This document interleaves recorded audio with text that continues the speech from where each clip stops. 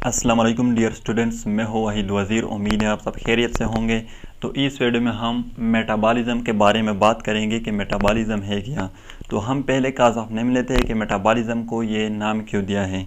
याद रखें, मेटाबॉलिज़्म का जो वर्ड है ये आया है ग्रीक वर्ड मेटाबेलिन से, जिसका मतलब है टू चेंज। यानी कि मेटाबॉलिज़्म जो है इसमें लार्जर मॉलिक्यूल जो है वो स्मॉलर मॉलिक्यूल में चेंज हो जाते हैं, या स्मॉलर मॉलिक्यूल जो है वो लार्जर मॉलिक्यूल में चेंज हो जाते हैं, इसलिए इसको ये नाम दिया है मेटाबॉलिज्म। हम इसको किस तरह डिफाइन करेंगे, तो मेटाबॉलिज्म जो है इसको हम इस तरह डिफाइन करेंगे कि the sum of all chemical reaction going on within a living organism is called metabolism. यानी कि एक लिविंग ऑर्गेनिज्म के अंदर जितने भी केमिकल रिएक्शन होते हैं, चाहे वहाँ पर ब्रेकडाउन ऑफ मॉलिक्यूल होती है या फॉर्मेशन ऑफ मॉलिक्यूल होती है, तो इन सब को हम कलेक्टिवली मेटाबॉलिज्म कहते हैं। और याद रखें, ये जितने भी केमिकल रिएक्शन होते हैं इसमें एंजाइम जो है वो यूज़ होंगे, एंजाइम के बाहर ये नहीं हो सकते। मेटाबॉलिज्म जो है इसको हम फर्दर टू टाइप्स जो है इसमें डिवाइड करते हैं। फर्स्ट वन जो है इसको हम कहते हैं एनाबॉलिज्म और सेकेंड वन है कैटाबॉलिज्म।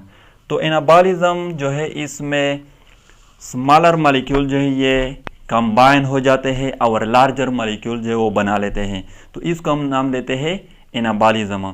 यानी कि यहाँ पर फोटोसिंथेसिस में कार्बन डाइऑक्साइड और वाटर जो है ये कंबाइन हो जाते हैं क्लोरोफिल में in the presence of sunlight और बना लेते हैं C6H12O6, जिसको हम ग्लूकोज कहते हैं।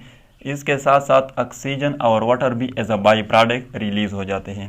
तो फोटोसिंथेसिस में ये हमारे साथ कार्बन डाइऑक्साइड और वाटर जो है ये स्मॉलर मॉलिक्यूल है, ये कंबाइन हो जाते हैं और हमारे साथ ग्लूकोज जो है ये बना लेते हैं, और ग्लूकोज क्या है, ये लार्जर मॉलिक्यूल है।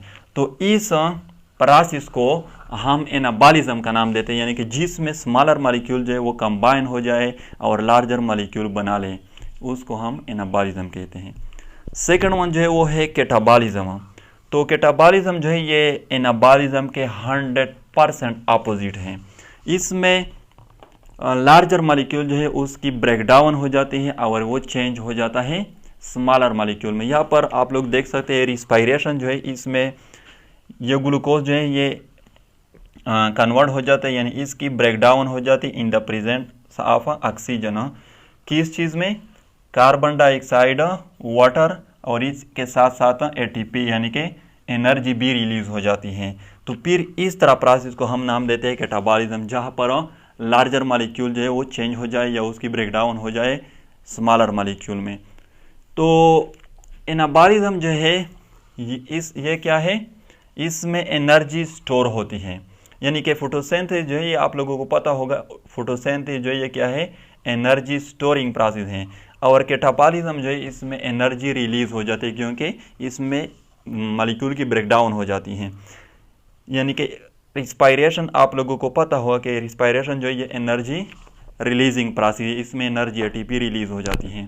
तो एनाबॉलिज्म और कैटाबॉलिज्म जो है इसमें एंजाइम जो है वो यूज़ होते हैं, एंजाइम के बाहर ये नहीं हो सकते।